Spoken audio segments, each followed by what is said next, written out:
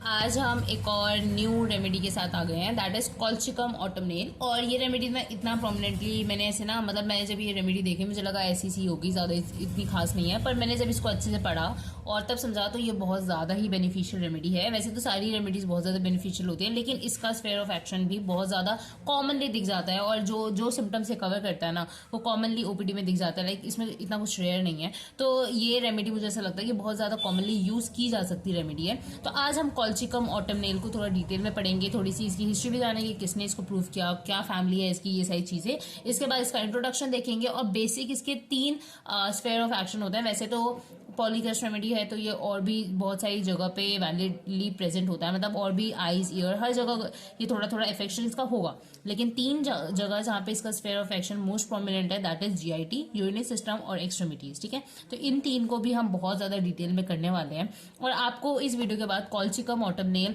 Easily आप prescribe कर पाओगे, होप सो। तो अब हम स्टार्ट करते हैं इस रेमेडी से। तो कॉल्चिकम ऑटमनेल सबसे पहले हम इसकी कुछ बेसिक चीजें करते हैं, उसके बाद मैं आपको बताऊंगी कि इसमें क्या चीजें हैं, उसके बाद हम इसको नोट्स में देखेंगे। ठीक है, तो सबसे पहले कॉमन नेम इसको मीडो सैफ्रॉन भी कहते हैं। इसके अलावा इसके प्रूवर थे डॉक्टर स्टैफ, फैमिली है लिलियेसी फैमिली, और इसको इसका ना मतलब ये बल्ब होता है उससे इसको प्रिपेयर किया जाता है। ठीक है, तो पार्ट यूज इज बल्ब, इसमें एक्टिव प्रिंसिपल होता है कॉल्चिसिन। ठीक है, तो कॉल्चिसिन अगर आपको पता होगा तो ये ना पहले जमाने में और आज भी आई थिंक जो कॉल्चिसिन है ना वो क्वेक्स यूज करते हैं for the treatment of rheumatism. ठीक है, तो जो कॉल्चिसिन होता है वो इसका एक्टिव प्रिंसिपल होता है, इसी से आपको पता चला होगा ये रूमेटिज्म के लिए बहुत अच्छी रेमेडी है। ठीक है, तो ये कॉल्चिसिन ये थोड़ा सा बिटर पॉइजनस होता है और अगर इसका ना कुछ फेटल डोज भी था, अगर उतना अगर सबसाइड हो जाए, इतना अगर बॉडी में चला जाए तो ये बहुत इजीली पॉइजनस भी हो सकता है। ठीक है, तो ये पॉइजनस होता है थोड़ा सा। ठीक है, तो यही चीज लिखी है, बिटर पॉइजनस और स्लो एक्टिंग पॉइजन होता है और इसको क्वेक्स यूज करते हैं फॉर रूमेटिज्म। ठीक है, इसके अलावा इसको अगर अच्छे से पोटेंटाइज किया जाए तो ये रूमेटिज्म के अलावा और भी कंडीशंस में दिया जा सकता है। ठीक है, इसके अलावा जैसे मैंने बताया ये रूमेटिज्म के लिए दी जाती है, तो ये इसका डायथीसिस ऐसा ही है, गाउटी रूमेटिक डायथीसिस का इंसान होता है ये। ठीक है, जिसके अंदर और इसके अंदर ना एक बहुत पेक्युलरिटी है कि इसमें ना क्या होता है कि थोड़ी सी भी स्मेल होती है फूड की, तो उससे इसको नोजिया वाली फीलिंग आती है। ठीक है, तो इसका जो जीआईटी वाला पार्ट है वो बहुत ज्यादा इंपॉर्टेंट है कि इसको ना ऐसा होता है कि जैसे आपको प्रेगनेंसी में आपको पता होगा, हम प्रेगनेंसी से रिलेट करते हैं, जैसे प्रेगनेंसी में जो फीमेल्स होती है उनको क्रेविंग होती है बहुत सारी चीजें खाने की, पर जैसे उनको मिल जाती है तो उसके बाद वो स्मेल करते ही उनको नोजिया वाली फीलिंग आने लग जाती है या वो नहीं खा पाती। तो ये इसका एक बहुत मेजर पेक्युलरिटी है। ठीक है, ये इसका एक रेड स्ट्रैंड है कि ये can not tolerate the smell of food. ठीक है, तो ये ऐसी चीजें हैं इसके अंदर। इसके अलावा इसमें एक्सट्रीम प्रोस्ट्रेशन होती है। ठीक है, मस्कुलर सिस्टम बिल्कुल रिलैक्स हो जाता है, जैसे हमने जलसीमिया में भी पढ़ा था ऐसा इसमें भी होता है। ठीक है, इसके अलावा एक और चीज बोली गई है, आई थिंक डॉक्टर ह्यूग्स थे या डॉक्टर नैश, आई थिंक मैं कंफ्यूज हो रही हूँ दोनों में, इसमें होगा नोट्स में, मैं जब दिखाऊंगी तो आपको पता चल जाएगा। तो उन्होंने ऐसा बोला था कि इसको ना एंटी डायरेटिक की तरह दिया जाता है। इससे हमें क्या समझ आ रहा है कि ये नेफ्राइटिक सिंड्रोम्स और नेफ्रोटिक सिंड्रोम किसी भी टाइप का सिंड्रोम है, कोई भी किडनी से रिलेटेड अगर डिजीज है तो उसमें बहुत अच्छा काम करती है, ब्राइट्स डिजीज में बहुत अच्छा काम करती है। क्यों? क्योंकि ये एंटी डायरेटिक होता है, तो बॉडी के अंदर जितना भी यूरिक एसिड एक्यूमुलेट हो गया ना उसको बाहर एक्सक्रीट करने में हेल्प करता है। ठीक है, इसके अलावा इसको एलिमेंट्स कैसे होते हैं? ठीक है, तो एलिमेंट्स होते हैं इसको फ्रॉम ग्रीफ। इसके अलावा किसी ने अगर बुरा किया किसी के साथ तो मिसडीड्स ऑफ अदर ऐसे करके क्लाइन लिखी गई है, तो उससे भी इसको एलिमेंट्स होता है। इसके अलावा चेक्ड प्रिस्पिरेशन और अगर ये गीला हो जाता है वेट से, ठीक है, गेटिंग वेट, उन चीजों से इसको एलिमेंट स्टार्ट होता है। उन्हीं चीजों से रोमेटिज्म होगा, ठीक है, क्रॉनिक रोमेटिज्म होगा, उन्हीं चीजों से जीआईटी वाली प्रॉब्लम्स होगी और यूरिनरी सिस्टम वाली प्रॉब्लम्स होगी। ठीक है, तो ये हमने बेसिक मैंने बताया। अब जो भी चीजें बची है वो हम इसमें देख लेते हैं। तो सबसे पहले थर्मल रिएक्शन का चिली पर्सन होते हैं ये लोग। ठीक है, चिली पर्सन होते हैं, मियाजम सोरा होता है बैकग्राउंड में। टेम्परामेंट कैसा होता है? ल्यूकोफ्लेग्मेटिक और मेलनकोलिक टेम्परामेंट का होते हैं ये लोग। ठीक है, इसके अलावा डायथीसिस होता है रूमेटिक एंड गाउटी डायथीसिस। ठीक है, इंट्रोडक्शन में या कुछ हम इसके गाइडिंग सिम्टम्स देख लेते हैं। तो सबसे पहले adapted to gouty rheumatic diathesis, person of robust vigorous constitution and disease of old people. तो ये बिल्कुल सेम लाइन ऐसे ही एलन में लिखी गई है, वही मैंने यहाँ लिखी है कि ये जो है गाउटी, जिन लोगों को गाउट और रूमेटिक की प्रॉब्लम होने की टेंडेंसी है उन लोगों में दी जाती है जिनका जो कॉन्स्टिट्यूशन होता है वो विग्रस और रोबोस्ट होता है, मतलब हट्टे कट्टे इंसान होते हैं ये लोग, और डिजीज ऑफ ओल्ड पीपल में भी दे सकते हैं। इसके अलावा एक्सट्रीम रिलैक्सेशन हो जाती है एंटायर मस्कुलर सिस्टम की, मैंने बात बताई बताइए आपको, इनको होती है great susceptibility of all external impression as light, noise, odour, ठीक है। तो ये ना बहुत ज्यादा ही सेंसिटिव होते हैं फॉर एक्सटर्नल इंप्रेशन। कहीं पे बहुत तेज आवाज आ रही है, बहुत ज्यादा शोर हो रहा है, कहीं पे बहुत ज्यादा स्मेल है, तो इन चीजों से बहुत ज्यादा मतलब इनको ज्यादा फील होगा वो सारी चीजें, ठीक है। तो ये चीज, इसके अलावा एलिमेंट्स होती है इनको grief, misdeeds of other from check perspiration और गेटिंग वेट, ठीक है। इसके अलावा it is an great anti diuretic remedy, excretes uric acid from kidney. ये किसने बोला था? डॉक्टर ह्यूग्स ने बोला है, ठीक है। इसके अलावा इनमें ग्रेट नॉजिया और फिटनेस वाली फीलिंग होती है from order of cooked food, specially fish, eggs और मीट, ठीक है। इसके अलावा ये ना इसका थोड़ा कॉन्ट्रास्टिंग फीचर है कि इसको स्टमक और एब्डोमेन में बर्निंग भी फील हो सकती है और आइसी कोल्डनेस भी फील होती है, ठीक है। तो burning and icy coldness of stomach and abdomen, ठीक है। Effects of hard study and night watching, कि मतलब सोने के टाइम पे नाइट वॉचिंग का मतलब ये नहीं कि रात को कुछ देख रहे हैं या टीवी देख रहे हैं, इसका मतलब ये है कि सोने मतलब रात को सोना चाहिए पर सोने की जगह कुछ और कर रहे हैं, ठीक है।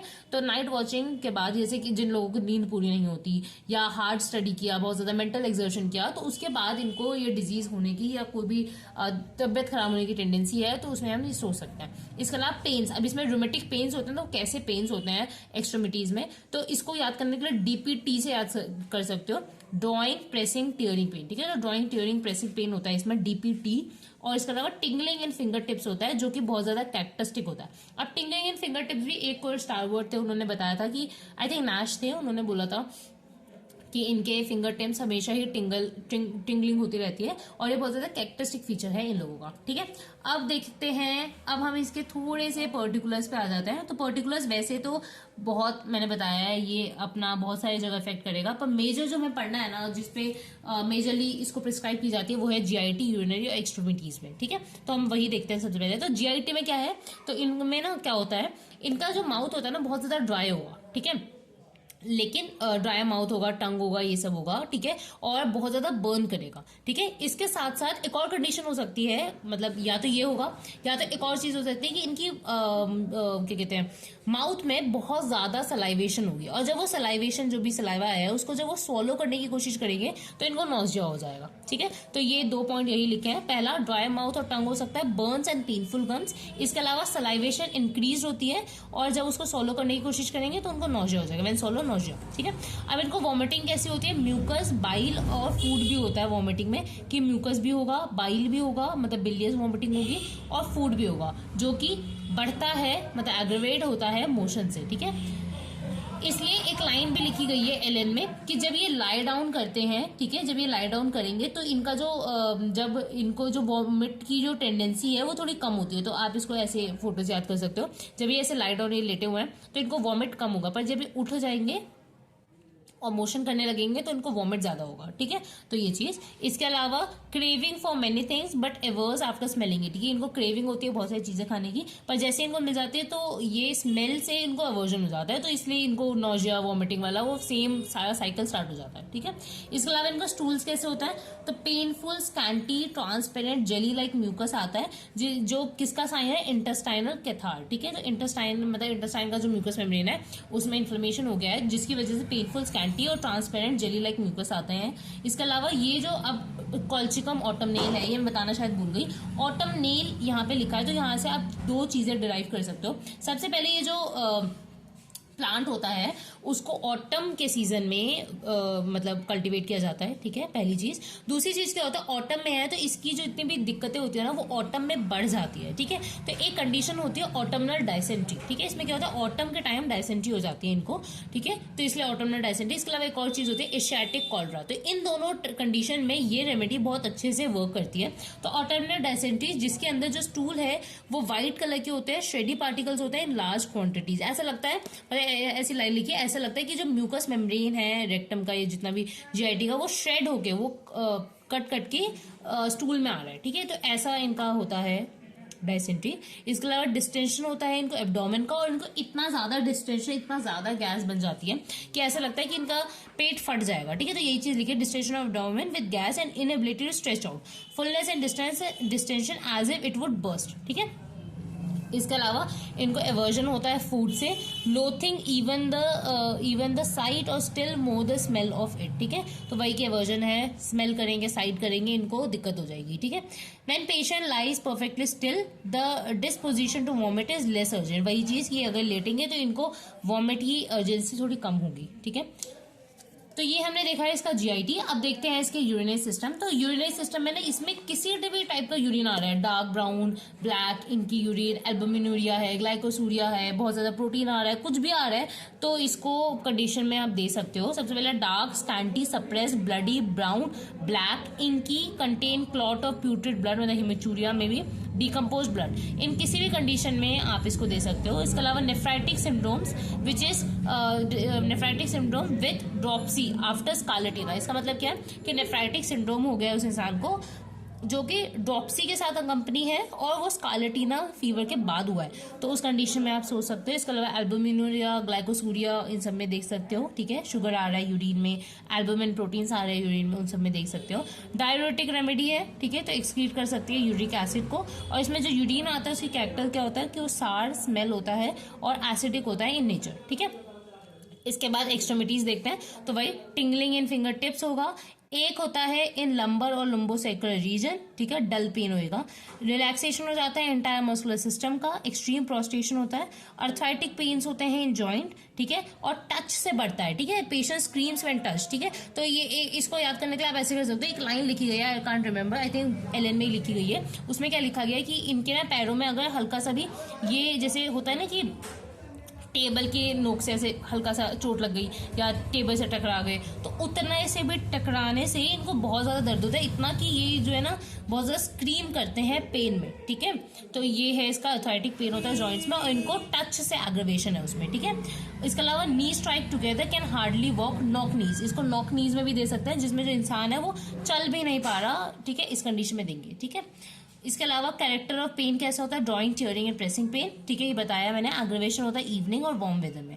इसके अलावा इसमें राइट प्लांटर रिफ्लेक्स जो होता है वो एबॉलिश होता है। इसका मतलब कि बेवेंस्की साइन जो होता है जिसको हम चेक करते हैं अपने क्या कहते हैं सोल पे, है ना, सोल पे आप कुछ ऐसे मूव करवाते हो बहुत जल्दी से, है ना, कोई स्टिमुलेशन दिया जाता है जिसकी वजह से वो देखा जाता है कि फ्लेक्स कर रहे हैं हमारे टोज या क्या कहते हैं एक्सटेंशन कर रहे हैं, तो इसमें क्या होता है ना, वो जो रिफ्लेक्स होता है वो एबॉलिश होता है, मतलब नहीं आएगा, ठीक है। तो राइट प्लांटर रिफ्लेक्स जो होता है वो एबॉलिश होता है, ठीक है। जनरली जो होता है वो जो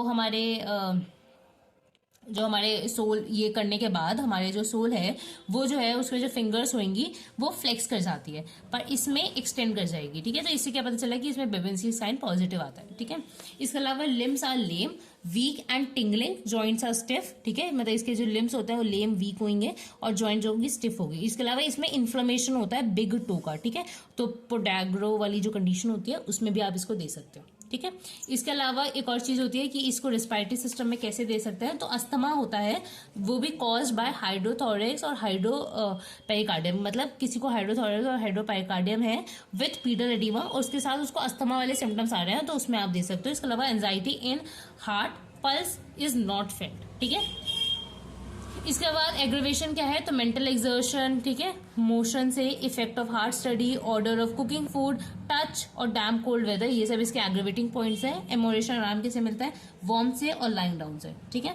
रिलेशन में एंटीडोट है इसका थूजा और कंपेयर आप इसको कर सकते हो ब्राइनिया के साथ, ठीक है। तो ये थी कॉल्सिकम ऑटम नेल, ज़्यादा टफ रेमेडी नहीं थी, और लेकिन इसमें आप जो पॉइंट्स याद करने हैं ना वो अच्छे से याद होने ही चाहिए। और जो इसकी पेक्युलैरिटी है ना, मतलब अगर ये ऐसे ओपीडी में आता है और इसके कुछ सिम्टम मैच करते हैं तो इसमें इतना कंफ्यूजन नहीं होता दूसरे रेमेडीज के साथ। इसको यूजुअली वैसे अगर देखा जाए तो इसको यूजुअली ना हम लोग थोड़ा सा इपिकैक और नक्सफॉर्मिका और पल्सिटिला और सीपीआर और आर्सेनिक, इन 4-5 रेमेडीज के साथ कंफ्यूज कर सकते हैं, पर अगर आपको अच्छे से पता है कि इसमें क्या क्या पेक्युलैरिटीज है तो आप इतना कंफ्यूज नहीं होगे, ठीक है। तो दैट्स माय पॉइंट। और अगर आपको ये रेमेडी समझ आई है तो इसको लाइक करना इस वीडियो को, और सब्सक्राइब करना चैनल को, अपने फ्रेंड्स के साथ भी शेयर करना। सो that's it for the video. अगर आपको कोई मतलब कोई अलग सी कोई आपको अगर रेमेडी पे वीडियो चाहिए तो do let me know in the comment section, मैं उस पर वीडियो लेके आने की कोशिश करूंगी। So that's it for this video, bye guys.